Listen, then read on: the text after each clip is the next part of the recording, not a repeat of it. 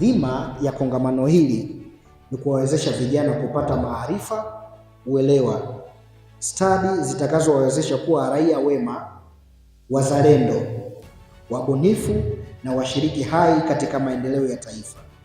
Kupitia kongamano hili tunatarajia vijana kujifunza, kujadili na kwa kina mada mbalimbali zenye umuhimu mkubwa katika maisha yao na mustakabali wa taifa letu, zikiwemo elimu ya uraia, yani civic education, kwa lengo la kujenga mshikamano, umoja wa kitaifa, uzalendo, uwajibikaji, ushirikishaji na vijana katika maendeleo ya jamii na taifa.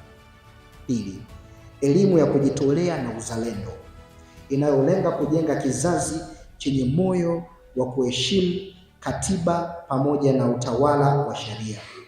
Tatu, elimu kuhusu ukatili wa kijinsia na maadili kwa vijana, ili kuwawezesha vijana kutambua, kupinga aina zote za ukatili wa kijinsia, kujenga mahusiano yenye heshima, kulinda haki za binadamu, kuimarisha maadili mema katika jamii.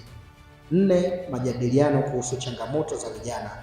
Nikiri na nifahamu kwamba vijana wana changamoto nyingi sana ambazo wanazipitia na pengine wanakosa nafasi au sehemu ya kuweza kuzisemea hizi changamoto zao. Sasa kupitia hii jukwaa letu la Vijana Platform, litawakusanya vijana wote, litasema nao, litachukua changamoto zao ili ziweze kutatuliwa.